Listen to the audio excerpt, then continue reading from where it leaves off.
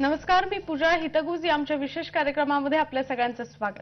तुम्हाला माहितच आहे, तुम्हाला हसत खेळत इंग्रजी शिकता यावं म्हणून हितगुजच्या माध्यमातून इंग्रजी शिकवण्याचा एक नवा मार्ग आम्ही तुमच्यासाठी घेऊन आलोय. आपण पहिल्या क्लासमध्ये व्हॉइस अँड ऍक्सेंट विषयी जाणून घेतला आणि आज आपण फ्रेज, व्होकॅब्युलरी आणि सिनारिओ बद्दल जाणून घेणार आहोत आणि अर्थातच यावर आपल्याला मार्गदर्शन करणार आहेत वैशाली वाघमारे आणि नीरजा जोशी.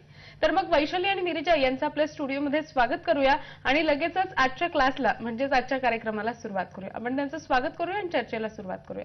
वैशाली वाघमारे, सर्वप्रथम झी 24 तासच्या स्टुडिओमध्ये आपलं स्वागत. नमस्कार. नमस्कार. नीरजा जोशी, तुमचं सुद्धा स्वागत आमच्या झी 24 तासच्या स्टुडिओमध्ये. नमस्कार. सगळ्यात पहिल्यांदा मला वाटतं आपण वैशाली मॅमकडनं जाणून घेऊया की आपण आज फ्रेज, व्होकॅब्युलरी आणि सिनारिओ याबद्दल जाणून घेतो. तर फ्रेज म्हणजे नेमकं काय, याबद्दल काय मार्गदर्शन? फ्रेज म्हणजे थोडक्यात आपल्याला बोलता येईल की ते मॉडर्न इंग्लिश. म्हणजे आपण म्हणतो की मुंबईमध्ये साधारणपणे सगळी लोक इंग्लिश बोलतात, पण कॉल सेंटर इंग्लिश ह्याच्यामध्ये आणि आपल्या साध्या इंग्लिशमध्ये काय फरक आहे तो जाणवायला आपण एक स्मार्ट फ्रेजेस ज्याला आपण वापरतो आणि त्याच्यात आम्ही काहीतरी तुम्हाला एक्झाम्पल्स दाखवणार आहोत. त्याच्याप्रमाणे तुम्हाला एक्झॅक्टली कळेल की आपण ते स्मार्ट फ्रेजेस आपल्यासमोर जर कोणी बोललं किंवा जर आपल्याला कोणाला बोलायचं असेल तर ते आपण ते कसं वापरावं. मी तुम्हाला एक स्लाइड दाखवू इच्छिते. पहिली स्लाइड आहे, I shall catch you later, see you later. पुन्हा भेटूया. हे आपण सरळ बोलू शकतो आपण, see you again, but then I shall catch you later हे जरासं मॉडर्नाइज वाटतं. ओके, सेकंड स्लाइड आपण पाहूया.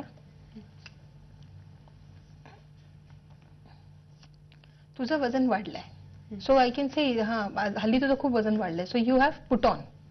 ह्याचं जरासं अशा प्रकारे त्याला बोललं जातं. आता हे पुट ऑन, आता पुट ऑन म्हटल्यानंतर आता म्हणजे एखादी गोंधळायला नको की यू हॅव पुट ऑन. हे जर तुमच्याकडे प्रश्न आला म्हणजे नक्की समोरचा व्यक्ती काय विचारतोय अशा प्रकारे. थर्ड आपण पाहूया, अचूकपणे उत्तर देणे, ज्याला आपण म्हणतो to hit the bull's eye. म्हणजे जर तुम्ही आता अचूकपणे हे उत्तर दिलेलं आहे, so I will say you right, exactly right, you have hit the bull's eye. Okay. काहीतरी संशयास्पद आहे, मीन्स समथिंग इज फिशी. एखादा व्यक्ती बोलतो की इथे मला काहीतरी गोंधळ दिसतोय, इथे काहीतरी संशयास्पद आहे, मीन्स समथिंग इज फिशी. अशा प्रकारचे अनेक अजून आपल्याकडे प्रॉव्हर्ब्स आणि फ्रेजेस आहेत जे आपण रोज कॉमन लाईफमध्ये आपण त्याला यूज करू शकतो. त्याच्याने काय होतं की समोरचा व्यक्ती जे आपल्या समोर बोलतोय इंग्लिशमध्ये, जे काय बोलतोय किंवा त्याला अजून काय सांगायचं आहे ह्याच्याबद्दल, तर आपल्याला सर्वसाधारणपणे समजण्याकरता हे मॉडर्न इंग्लिश आणि कॉमन इंग्लिश ह्याच्यामध्ये काय फरक आहे त्याला आपण स्मार्ट फ्रेजेस म्हणतो.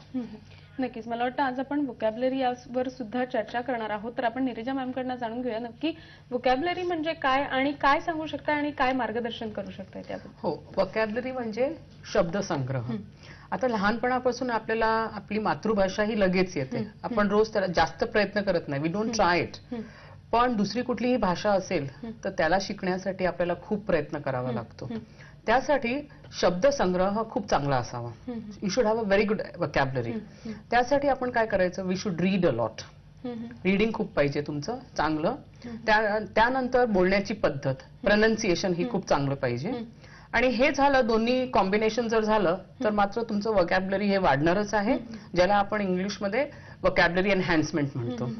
तर आज आम्ही तुम्हाला व्होकॅब्युलरी मधनं चांगले 5-10 सुंदर असे शब्द शिकवणार आहोत आणि will tell you the meanings also. पहिला आहे फ्लोटिस्ट. फ्लोटिस्टचा अर्थ म्हणजे बासरी वादक. आणि पाहू शकतो आपण हा आपल्या स्लाइडवर पाहू शकतो. फ्लोटिस्ट इज बासरी वादक. हरिप्रसाद चौरसिया हे भारतातील सुप्रसिद्ध बासरी वादक आहेत. हे याचं वाक्य झालं. बरोबर. मग आता दुसरा शब्द, डॉन म्हणजे पहाटे.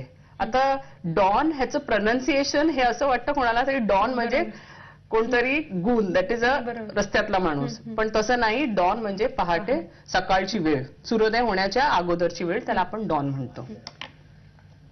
डस्क म्हणजे संध्याकाळचा समय, दॅट इज सायंकाळ सूर्यास्त होण्यानंतरची जी वेळ असते त्याला आपण डॉन म्हणतो. Dusk, sorry. Snuff, okay. Rumour, rumour म्हणजे अफवा.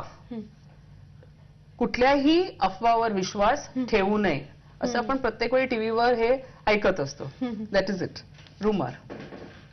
स्नफ, स्नफ म्हणजे तपकीर. तपकीर ही ओढण्याची सवय फार वाईट असते. हे आपण वाक्यातून ह्याचा प्रयोग. बरोबर. तर आपण पाहिलात आता की मी तुम्हाला 5 नवीन शब्द शिकवलेत टू एनहान्स युअर वोकॅब्युलरी, शब्दसंग्रह वाढवण्यासाठी. आता आपण वैशालीकडनं पुन्हा एकदा समजून घेऊया की कॉन्व्हर्सेशन म्हणजे काय. नक्कीच. मला काय सांगाल वैशाली मॅम, जसं आता नीरजा मॅमनी सांगितलं थोडक्यात, मात्र तुम्ही सुद्धा काय सांगाल की नेमकं कॉन्व्हर्सेशन म्हणजे काय? आता त्यांनी तर मार्गदर्शन केलं. हो नक्कीच. कॉन्व्हर्सेशन म्हणजे थोडक्यात म्हटलं तर संभाषण. दोन व्यक्ती किंवा दोन व्यक्तीपेक्षा जास्त लोक जेव्हा एकत्र बोलतात त्याला आपण संभाषण असं म्हणतो. That is called conversation. Okay. आता जे आता आहे, आता आम्ही आपण स्मार्ट फ्रेजेस पाहिले, त्याच्यानंतर आपण आता शब्दकोश शब्दसंग्रह पाहिला.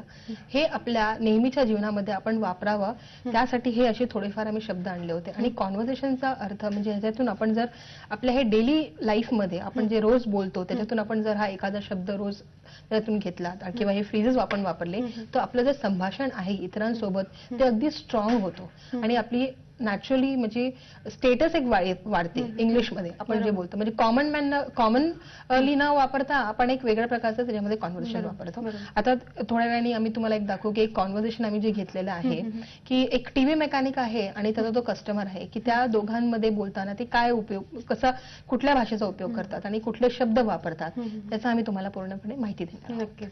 म्हणजे कॉन्व्हर्सेशन म्हणजे थोडक्यात संभाषण हे आपण सांगितलं. आपण व्होकॅब्युलरी आणि सिनारिओ बद्दल पण मला वाटतं आपण सगळं बोलणार आहोत.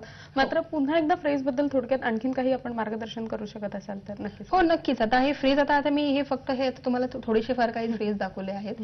युजली असं होतं की एखादा व्यक्ती ज्याला फक्त नॉर्मल इंग्लिश बोलता येतं आणि एखादा व्यक्ती जेव्हा स्मार्ट इंग्लिश आपल्यासमोर सुरू करतो तर हे कोणाची फसवणूक होऊ नये किंवा आपली हसू होऊ नये म्हणून आपण गप्प राहतो. आणि बहुतेकदा असं होतं की मुंबईमध्ये जी लोक राहतात एक तर आपण 3 गोष्टी दररोज करतो. एक तर आपण प्रश्न विचारतो किंवा विचारलेल्या प्रश्नांची उत्तर देतो किंवा आपण काहीतरी स्टेटमेंट्स बनवतो. स्टेटमेंट म्हणजे आज गाडी उशीर होती, आज मला गाडी वेळेवर मिळाली नाही, उशीर झाला, हे झाला, आपण सर्वसाधारणपणे बोलतो.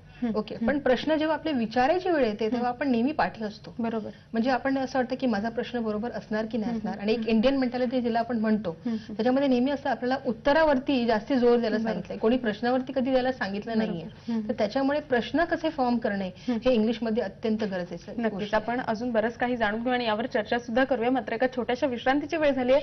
एक छोटीशी विश्रांती घेऊन लगेचच आपल्या कार्यक्रमामध्ये भेटूया. पाहत रहा झी 24 तास हितगुज.